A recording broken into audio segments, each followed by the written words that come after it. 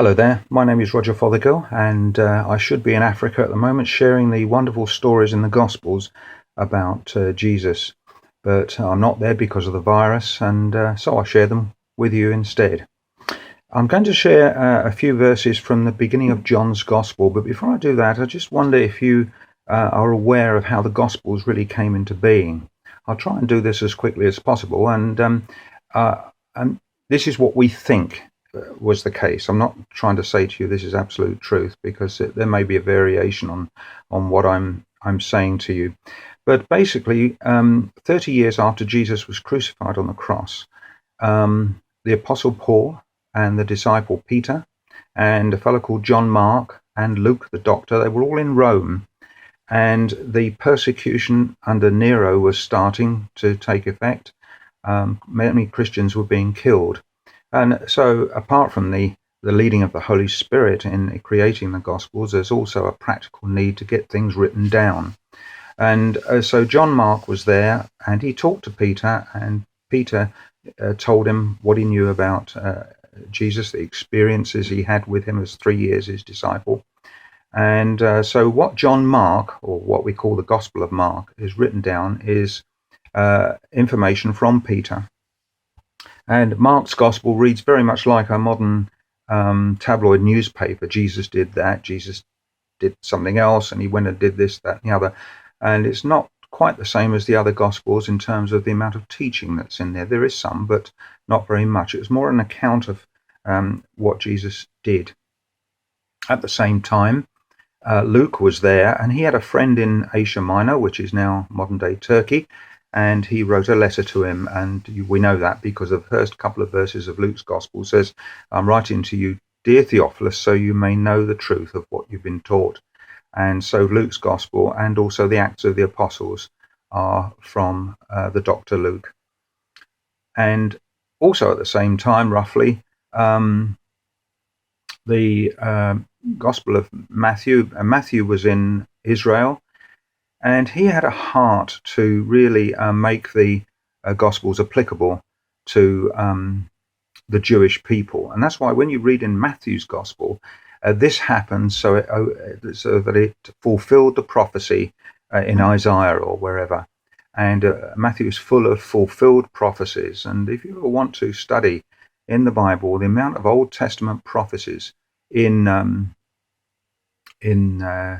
fulfilled in Jesus, it is absolutely amazing. There are many prophecies in the Old Testament. And so that makes Matthew, Mark, and Luke roughly the same time, about AD 60. Now, it seems that at that time, Nero's persecution got worse, and Paul and Peter were killed at that time. And it could be quite a long time after that, so let's say 20 years after that, the Apostle John was up in the Ephesus area, which is now on western coast of modern-day Turkey. And he was getting up to be an old man now. So he, by the leading of the Holy Spirit, wrote down stuff that is not necessarily in the other Gospels at all. His approach is quite different. He spent 3 years with Jesus. He called himself the disciple who Jesus loved. So he wrote very much from an eyewitness account of what he experienced. And there's some fabulous verses right at the beginning of John's Gospel. He doesn't come in like the other Gospel people. He comes in right at the beginning to explain who Jesus is. And he says, "In the beginning was the Word, and the Word was with God, and the Word was God. He was with God in the beginning." Now, if you go to the original Hebrew, there's no "the" there. It would say in English, "in beginning was the Word." But that doesn't make sense in English, so we put "the beginning" in the beginning. But the fact that in the Hebrew there is no "the beginning" indicates the eternal nature of Jesus with God the Father, eternally beforehand, is now, and eternally before us. In the beginning was the Word. Now, the Greeks have been waiting for some time for this person or somebody to come from heaven to explain everything to them, so they would know. And so John's know what lies beyond the grave and is in the spiritual world. And so John here says, this word has now come. His name is Jesus. He's the Lord. So in the beginning was the Word was with God, and the Word was God. This person that lived 2,000 years ago, Jesus, is totally God, totally divine, and totally human, both at the same time. That's a very important word of truth there. Both of these. He was with God in the beginning. Verse 3, through him all things were made. Without him nothing was made that has been made. So Jesus is the agent through whom the world was created. I'm very much a creationist. I believe that God did create the world, and if necessary, if it just took him 6 days, that's fine. I don't have a problem with that. I find evolution much more difficult to understand.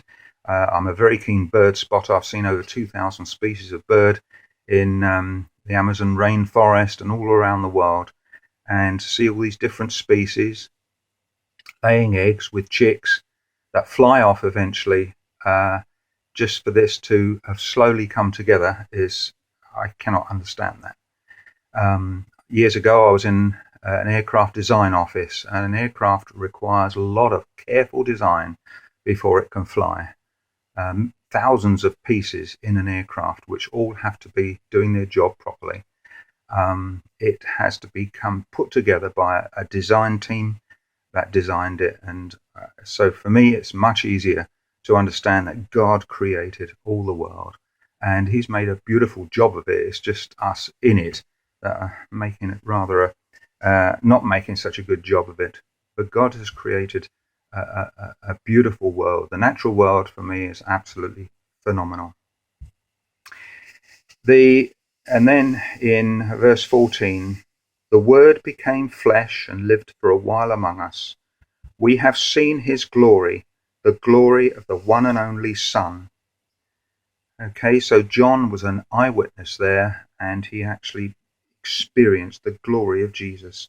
The Word became flesh and lived for a while among us. We have seen his glory, the glory of the one and only Son, who came from the Father, full of grace and truth.